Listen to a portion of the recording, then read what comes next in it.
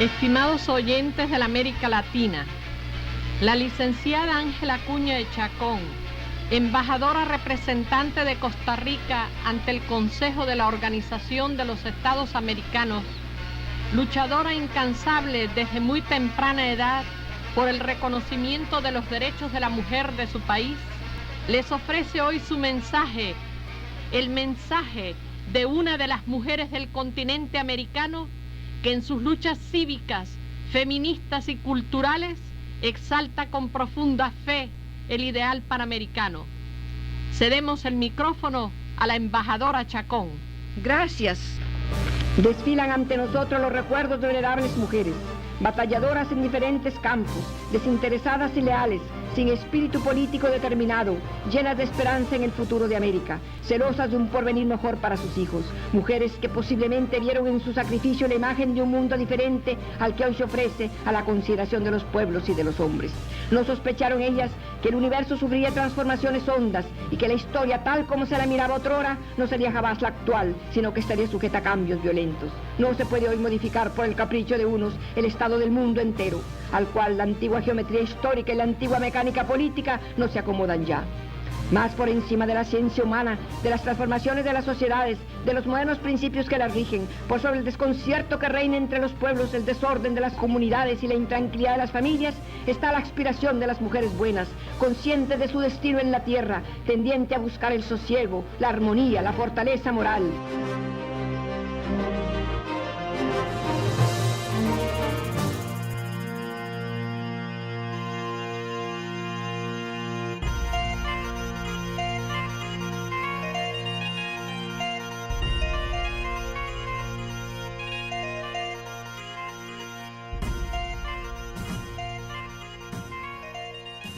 Vivía en una finca que era propiedad de mi papá. Un vecino nuestro, uno de los peones, era el esposo de una mujer que tenía ella un hijo cada año. Y cuando el hijo era hija, él le daba una paliza nomás dar a luz. Todos escuchábamos los gritos. En ese tiempo nadie intervenía en esas situaciones y se entendía que eso era un problema, un asunto de la vida privada y que nadie debería intervenir. Yo me empecé a preguntar si en realidad nadie debería intervenir y me preguntaba qué pasa con las mujeres, que nacer una mujer significa algo tan grave. Y luego ahí se fueron sumando esas cosas que las feministas entendemos como agravios, son agravios. Yo me hice feminista en 1968 y lo tengo muy claro porque vivía en Nueva York en esos momentos y estaba muy involucrada en las manifestaciones contra la guerra en Vietnam y cayó en mis manos lo que luego se convertiría en la política sexual, ¿verdad?, de Kate Millett, que no era un libro, eran unas ideas y a mí me encantó la idea de una sociedad, de un movimiento que buscara la igualdad entre hombres y mujeres y por ende el fin de las desigualdades todas, porque como las mujeres somos de todas las etnias, de todas las clases sociales, de todos los grupos sociales, en casi todos hay mujeres, pues entonces si se lograba la igualdad entre hombres y mujeres, se lograba la igualdad en toda la sociedad y eso me gustó mucho. En Naciones Unidas descubrí lo que sería para el resto de mi vida mi pasión, que son los derechos humanos. Yo nunca había oído hablar de derechos humanos, una oía de la Declaración Universal de los Derechos Humanos, pero no sabía lo que era, ¿verdad? Era así como una declaración muy importante. Yo pensaba que era más que nada para terminar con la guerra, de la Segunda Guerra Mundial, que la Declaración Universal es digamos, producto de esa guerra mundial.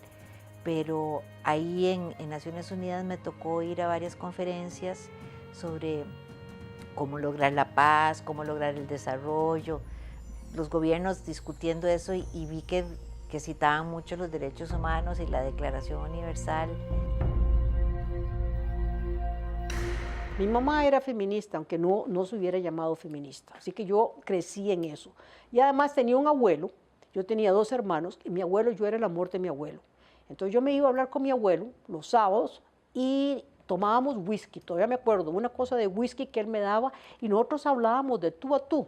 Entonces mi abuelo siempre me trató en una forma total y completamente como un ser humano que podía pensar, con la cual se podía hablar, con la cual se podía discutir y que tenía inteligencia. Ya estaba la semilla planteada, me fui a Estados Unidos a estudiar y ahí pasé varios años estudiando, sacando el doctorado, y después de que saqué el doctorado en psicología clínica, me quedé en California. Allí conocí a otras mujeres y comenzamos a hablar de por qué era lo que habíamos aprendido como psicólogas clínicas. Todas éramos psicólogas clínicas. Y nos dimos cuenta que todo lo que habíamos aprendido, casi todo, teníamos que desaprenderlo.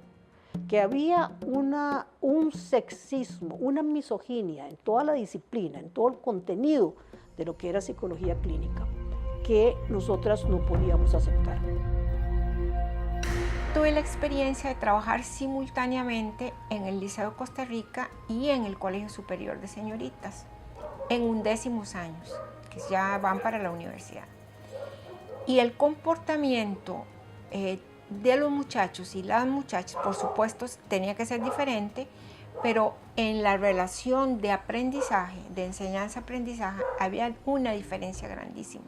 Cuando asumo la vicerrectoría de extensión, por primera vez una mujer en un cargo de vicerrectoría, me doy cuenta que el Consejo Central de Extensión era totalmente masculino.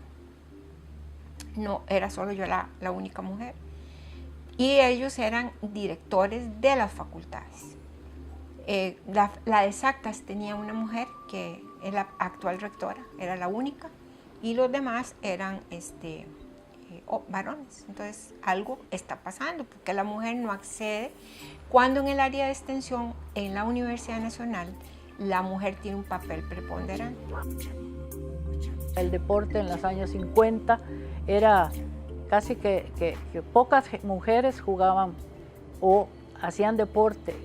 Tuve la oportunidad, porque era la más chiquilla en los deportes, de conocer a grandes basquetbolistas que hoy engalanan la Galería del Deporte en Costa Rica, y una gran mujer que fue Carmen Naranjo y que pocas personas conocen, que fue la primera ministra mujer del deporte del Ministerio de Cultura, Juventud y Deportes. Ella y su hermano formaban el equipo de baloncesto de Versalles, y ahí estuvimos. Yo estuve en Versalles y viajamos por Centroamérica y tuve gratas experiencias. Buscamos ese respeto, lo buscamos y lo conseguimos. Y fuimos uno de los equipos, por demás, por lo menos 5 o 6 equipos de mujeres en aquel entonces, de que dieron la batalla en la época de los 50 y los 60. Una vez dijimos a codazos, y a codazos fuimos, y a codazos nos hicimos respetar. Toda mi vida fui trabajadora doméstica desde los 13 años. Y mi mamá fue toda la vida trabajadora doméstica. En total fueron 30 años. El 50% de las trabajadoras domésticas habíamos sido víctimas de acoso y abuso. Tanto así que muchas compañeras mías, de amigas y compañeras, salieron embarazadas de patronos y de hijos de patronos. Muchas empleadoras que tenían hijos adolescentes les encantaba en la primera relación sexual que tuviera el muñequito de la casa fuera con la trabajadora doméstica. Y tuvieron hijos de esa gente. Lo que pasa es que después tiraban a la trabajadora a la calle, la echaban y ellos se dejaban del hijo o la hija. Cosas así, ¿verdad? Que sucedieron en ese entonces de ingratitudes, de esclavitud, de servidumbre. La empecé a ver desde que me organicé en la Alianza de Mujeres Costarricenses. Ahí en la Alianza aprendí que había una desigualdad, tanto como mujeres como trabajadoras, y después en la desigualdad de género, con el tiempo, a través de los años, me fui dando cuenta que también había desigualdad de género. En la lucha por construir un planeta de paz, libre de la opresión y la dominación ejercida por el patriarcado. Las mujeres del mundo hemos venido delineando diversas estrategias que nos permitan influir en la toma de decisiones en todos los ámbitos en que se ejecuta el poder patriarcal. Porque no puede haber verdadera democracia cuando en el seno de muchísimos hogares se vive bajo las órdenes de un déspota doméstico, gozador privilegiado, heredador de una cultura patricéntrica. Un déspota doméstico ante el cual todos los demás son débiles. El patriarcado es muy difícil de erradicar, pues yo pretendo poner mi granito de arena en el sentido de erradicarlo. Comenzamos aquí en Costa Rica y lo extendimos por América Latina, la lucha por los derechos humanos de las mujeres, por lograr que a las mujeres se nos reconociera como sujetos de derechos con igual dignidad y libertad que a los hombres. Para mí, la lucha por que las mujeres seamos consideradas seres humanos es tan seria y tan profunda que no tengo alternativa. No tenía alternativa. Eso era lo que tenía que hacer. De las luchas más importantes para mí y que me marcó más todavía el activismo por los derechos humanos fue el participar activamente en lo que se llamó la conferencia satélite cuando se iba a ver la Conferencia Mundial de Derechos Humanos, que se escogió a Costa Rica como sede para la conferencia regional. Entonces aquí estábamos muchas mujeres, estaba Roxana Arroyo, estaba María Suárez, estaba Marta Solano, estaban muchas mujeres que estábamos ya en el movimiento por los derechos humanos de las mujeres, porque en aquella época, esto es 1992, los derechos de las mujeres no eran derechos humanos. Esto tuvo su culminación en el año 93, que es un año que marca mucho mi carrera en todas estas materias, porque en el año 93 fuimos a Viena a la Conferencia Mundial de Derechos Humanos y ahí ocurrieron para mí dos cosas muy importantes. Una fue el contacto directo y oír de viva voz de las mujeres que venían clamando justicia de la guerra que para entonces se libraba en la antigua Yugoslavia, mujeres que habían sido violadas por los grupos armados que participaban en ese horrible conflicto, oírlas, verlas, formar parte de un tribunal ad hoc que se formó en esa conferencia en Viena, y luego que logramos establecer en la declaración final de la conferencia lo que tanto habíamos peleado, era la declaración del reconocimiento de que la violación de los derechos humanos de las mujeres es una violación de los derechos humanos. Entonces las mujeres empezamos a reunir con un eslogan que se llamó "Los derechos de las mujeres son derechos humanos", Women's Rights are Human Rights, en todo el mundo, a exigirle a nuestros estados que exigieran a la Conferencia Mundial que hubiera esa declaración, que los derechos de las mujeres eran derechos humanos. Y logramos que aquí en la Conferencia Regional de América Latina y el Caribe, que fue en Costa Rica, logramos que la parte oficial, porque nosotros éramos la conferencia satélite, que vinieron mujeres de toda América Latina, hicimos una petición que se llamaron los 16 puntos, pero en realidad eran más, pero para que sonara menos, 16 puntos, que terminaron siendo como 23, pero todos los puntos no los aceptaron en la conferencia, en la regional de América Latina. ¿Y por qué no los aceptaron? Y aquí es algo que te va a interesar mucho, porque la presidenta de esa conferencia era nada menos que Elizabeth Odio. Formar parte de ese esfuerzo que dimos, mujeres que estaban fuera de los organismos y mujeres que estábamos dentro de ese tribunal, y que preparó el camino para el Estatuto de Roma en el año 98, en donde se incorporó la jurisprudencia que habíamos logrado en los tribunales ad hoc, tanto el de la antigua Yugoslavia como el de Ruanda, se incorporó en el Estatuto de Roma y se logró que desde entonces estos crímenes sean crímenes internacionales que deben ser considerados, y al mismo tiempo alertamos a la comunidad internacional, lo cual hace que desde el año 2000 en el Consejo de Seguridad de las Naciones Unidas se emitan todos los años resoluciones que llaman a las obligaciones de los estados para combatir este terrible flagelo y que complementan los esfuerzos que en el continente latinoamericano se hicieron cuando se aprobó la Convención de Belém do Pará, y que es un instrumento internacional de lucha muy importante. Para prevenir, sancionar y erradicar la violencia contra las mujeres, una convención tan importante que nos ha ayudado a movilizarnos contra la violencia. En la Alianza de Mujeres desde 1956 venía viendo la situación de las trabajadoras domésticas.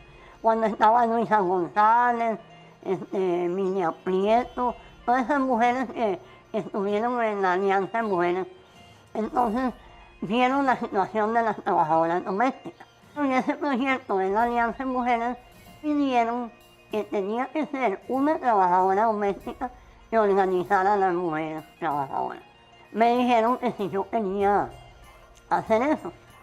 Me dio miedo, ¿verdad? Al principio, pero me metí. Dije yo, vamos a hacerlo. Entonces lo que me pidieron fue organizar a las trabajadoras domésticas. Ese era el proyecto. Entonces me fui al Parque de la Merced, el Parque Central, hablé con unas mujeres trabajadoras domésticas un domingo y dijeron que sí, que teníamos problemas, que no nos pagaban vacaciones, bueno, todos los derechos. Entonces nos organizamos 20 mujeres y nos hicimos la asociación. El objetivo de que nos organizamos fue la modificación a la ley del Código del Trabajo. El horario de trabajo, el día libre de la semana y los feriados completos. Era lo que faltaba, que no estaba bien en el código. Lo demás sí estaba. Aunque no se cumplía ni se cumple, pero bueno, ahí estaba. El otro objetivo era la compra de las sedes. Y después trabajar y capacitar con las mujeres para que defendieran sus derechos. Capacitación de derechos y deberes. Esos fueron los 3 objetivos con que empezamos. Los empleadores dijeron, ¿de dónde salieron esas viejas? ¿Qué es esa barbaridad? Porque nunca sabían ni el código de trabajo, ¿verdad? La organización ha crecido. Tal vez así que ahora somos 2.500 afiliadas, pero 500 son las activas y a nivel nacional. Hicimos un proyecto de ley y lo llevamos a la Asamblea Legislativa, pero duramos 18 años para que se aprobara esa ley. Hicimos un lobby todo el tiempo de ir y hablar con los diputados y luchar, pero nos costó 18 años. En el 2009 fue que se aprobó la ley de igualdad con los demás trabajadores. Ahora estamos en igualdad, totalidad.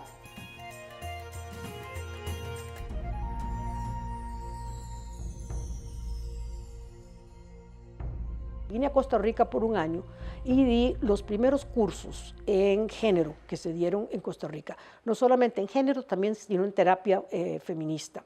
Y ahí luego se retiró Zoraida, llegó Cora Ferro y Cora Ferro inmediatamente adoptó el proyecto. El asunto empieza ahí mismo en la Vicerrectoría de Extensión cuando conozco a Cora Ferro. Andaba con una inquietud muy grande de que había que hacer algo por la mujer universitaria. Su primer planteamiento era ese. Y hablábamos del asunto.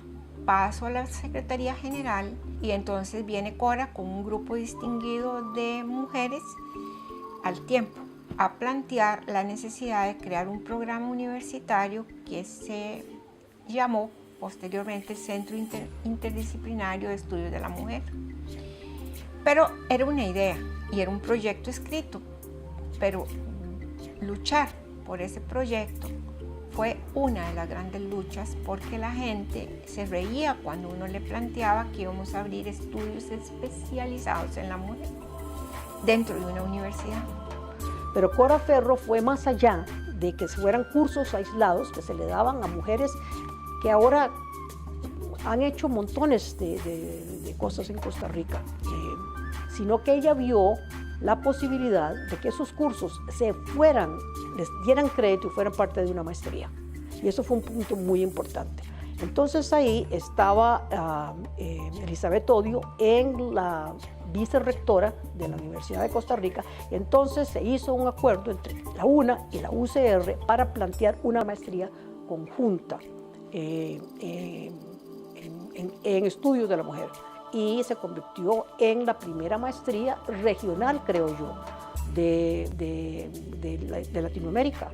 Y la única que era un programa conjunto entre las dos universidades. Cora, Elizabeth y una serie de mujeres que ya estaban incorporándose al movimiento que consideraba que la mujer era un ser humano, por ponerlo en otra forma, y se formó la maestría conjunta. Las mujeres hemos ido develando nuestra condición de víctimas al tiempo que estamos construyendo nuestra identidad protagónica en el cambio y la nueva utopía. Porque somos un grupo, porque yo no soy sola, porque en este grupo, nos conozcamos o no nos conozcamos, hay muchas mujeres trabajando y haciendo lo suyo en Europa, en la India, en África, hay mujeres árabes, hay mujeres de todas partes del mundo. Ese diálogo, esa especie de diálogo que tenemos mujeres de muy diferentes partes. Algunas nos conocemos, conozco a Maya Brenes, conozco a Elizabeth Odio, conocí a Ángela Acuña, conozco a Alda Facio, tengo relación con muchas de ellas, una relación intelectual y afectiva también, pero en otros casos ni las conozco ni las conoceré nunca y me siento como hermana de ellas. Hablamos de muchos logros, ¿verdad? Pero de esos años para atrás, estábamos como invisibles y hemos venido logrando dignificar el trabajo doméstico. Una de las luchas importantes. De las que más recuerdo son aquellas que aportamos después de ver a esos niños que venían de grandes proezas, con grandes medallas de oro, y que pasaron por la piscina de la Escuela de Ciencias del Deporte y que fueron diferenciados. La conquista importante que dimos en vida estudiantil porque los estudiantes tuvieran residencias, buenas residencias, y que tuviesen sus becas equiparadas a sus necesidades. Esas fueron luchas importantísimas que estuvimos dando para que ellos pudiesen venir desde lejos de la capital, desde lejos de nuestra ciudad Heredia, a venir a realizar sus estudios en nuestra universidad. Esa vivencia académica es grandiosa para después de pensionada, después de gozar de mi pensión ya, de estar tranquila, de no tener horarios, siempre estoy recordándolos. El hecho de que el Estado me haya reconocido mi trayectoria como escritora con el Magón, lo considero más que un reconocimiento para la persona que soy yo, una señal, un símbolo. Es como levantar una banderita, decir, mire, estas ideas son importantes.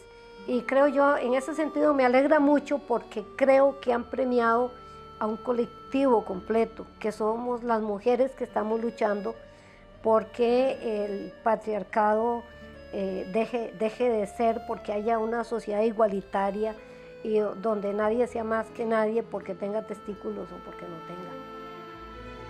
Ciertas de las luchas que hemos dado, tan fuertes, no han dado los resultados que esperábamos. Y muchos, más bien, en muchos lugares se ha visto que hemos vuelto para atrás. Y entonces te pones a pensar, bueno, si las luchas no han dado los resultados esperados, ¿hay alguna esperanza de que este mundo patriarcal, en la subordinación terrible de la mujer, el nivel universal, pueda cambiar? En la realidad no hemos logrado erradicar ni la discriminación ni la violencia, pero yo creo que no es porque no sirva, sino porque estas cuestiones tardan mucho, porque cambiar una sociedad que naturaliza la violencia contra las mujeres, cambiar una sociedad que naturaliza la discriminación contra las mujeres, no se hace de la noche a la mañana. Entonces yo me he dedicado a pensar en qué es lo que sería una verdadera educación para niños y niñas. ¿Cómo se educa para que el niño y la niña no tenga una persona que es distinta a ella y a la cual tiene que rechazar? Para mí, el medio ambiente y la cultura o la división que había antes entre sexo y género no es algo que tiene sentido. La manera en que nos comportamos, lo que hacemos, modifica los genes. Es muy importante cambiar lo que hacemos desde muy niños y lo que enseñamos desde muy chiquitos para lograr cambiar estas estructuras que hemos creado. Y es lo único en que internamente yo veo más esperanzas. Y desde luego para eso entonces querés enseñar paz, querés enseñar que personas se respeten y se amen. Hay que hacer una transformación radical de la forma en que se educa en lo formal y en lo familiar a las niñas y a los niños para que realmente podamos tener una sociedad que sea equitativa, que sea justa, que sea igualitaria.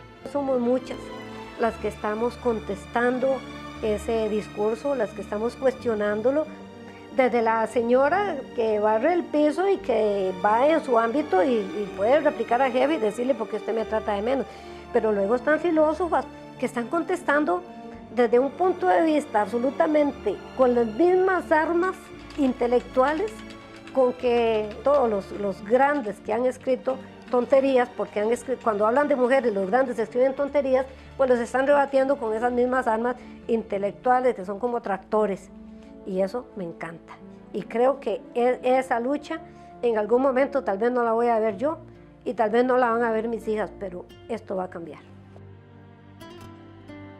Le pedimos a las antepasadas, a las mujeres que estuvieron antes que nosotras, a las que lucharon contra la violencia y a las que la vivieron en carne propia, que protejan a las niñas de la violencia, de los golpes y el abandono, de tantas formas de violencia que las acosan.